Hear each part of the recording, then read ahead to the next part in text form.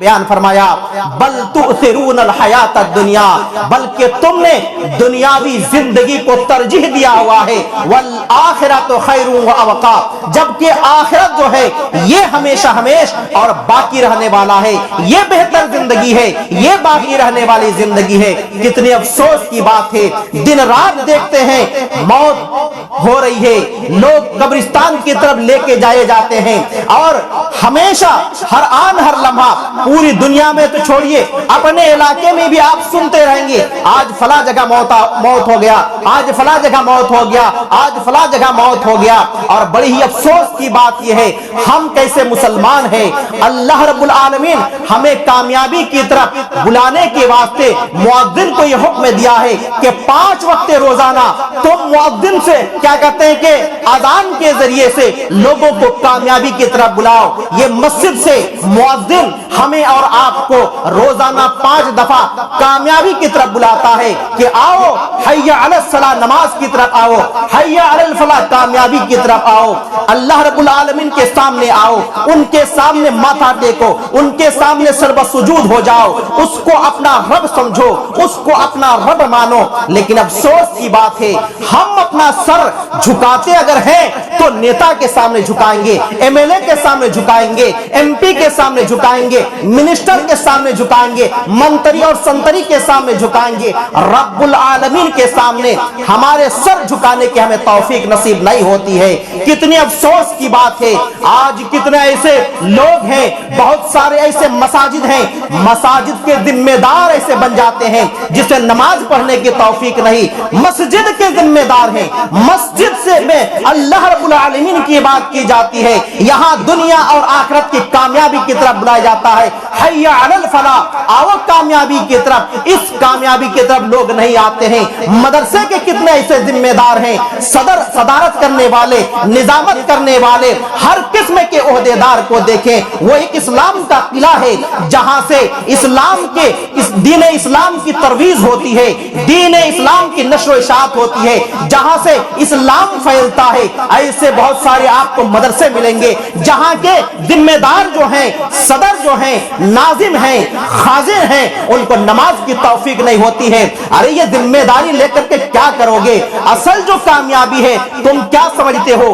کسی مسجد کا ذمہ دار بن گئے کامیاب ہو گئے، کسی مدرسے کا ذمہ دار بن گئے کامیاب ہو گئے، کسی جماعت یا جمعیت کا ذمہ دار بن گئے کامیاب ہو گئے، تو نے امامت کر لی کامیابی حاصل کر لی، تو نے خطابت کر لی کامیابی حاصل کر لی، تو نے کوئی کام دعوت و تبلیغ کا کر لیا کامیابی حاصل کر لی۔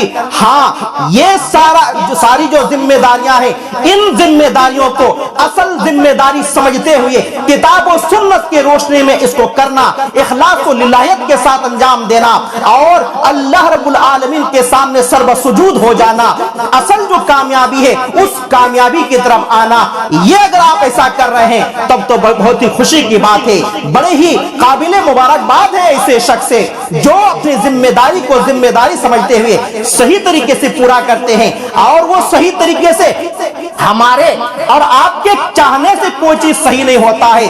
یاد رکھنا صحیح وہی ہوگا جو کتاب و سنت کے مطابق ہوگا۔ تو ہمیں اور آپ کو چاہیے کہ چاہے مسجد کی ذمہ داری کو اپنا رہے ہیں، یا مدرسے کی ذمہ داری کو، یا جماعت یا جمعیت کی ذمہ داری کو، یا کوئی سردار ہے، یہ سردار کوئی کام کر رہا ہے اپنی جماعت کو لے کر کے چل رہا ہے، ہر ایک کو کتاب و سنت کی تعلیم حاصل کرنا اور کتاب و سنت کی روشنی میں اپنی ذمہ داری کو پورا کرنا ضروری ہے، تب جا کر کے ہم اور آپ کامیاب ہو سکتے ہیں۔ یاد رکھنا میرے بھائیوں، اللہ رب العالمین نے کامیابی کی راز بتلائی ہے کہ لوگوں تم جہنم سے بچنا چاہتے ہو، جنت کے اندر داخل ہونا چاہتے ہو، تو تمہیں 5 وقت کی نماز میں آنے کا مؤذن تمہیں بلا رہا ہے۔ اور اسی طریقے سے اللہ رب العالمین نے بیان فرمایا، وَمَن يُطِعِ اللَّهَ وَرَسُولَهُ فَقَدْ فَازَ فَوْزًا عَظِيمًا، جس شخص نے بھی اللہ اور اس کے رسول صلی اللہ علیہ وسلم کی اطاعت و فرما برداری کی وہ کامیاب ہو گیا۔ تو کامیابی کہاں ہے؟ اللہ اور اس کے رسول صلی اللہ علیہ وسلم کی اطاعت و فرما برداری میں۔ ہمارے گھر میں بچے پیدا ہوتے ہیں،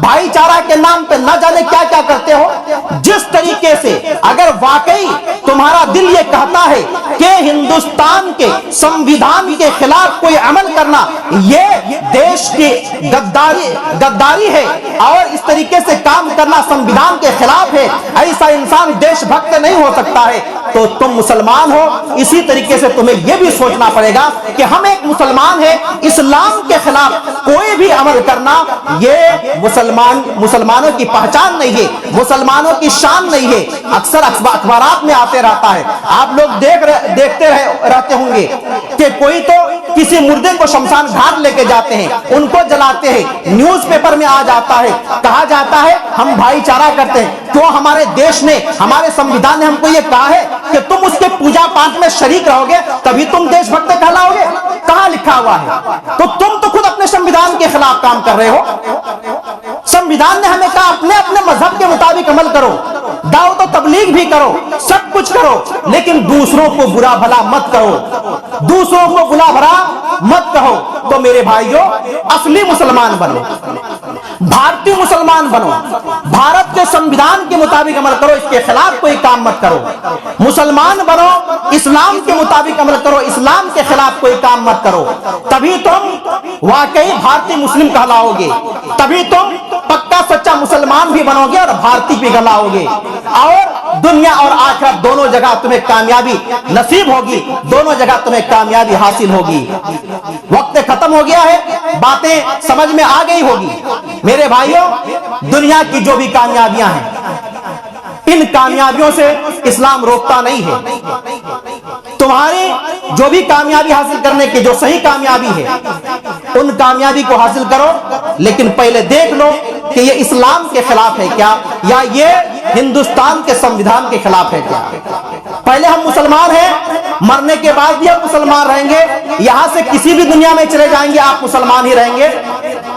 تو سب سے پہلے مسلمان ہو, اپنے اسلام کو بچانا, اپنے ایمان کو بچانا, اسی میں ہماری اور آپ کی کامیابی ہے. اللہ رب العالمین سے ہم دعا کرتے ہیں کہ مولا کریم جو بھی باتیں بتائی گئی, سب سے پہلے کہنے والے کو, بعد وہ تمام سننے والوں کو کتاب و سنت کے مطابق عمل کرنے کی توفیق عطا فرما.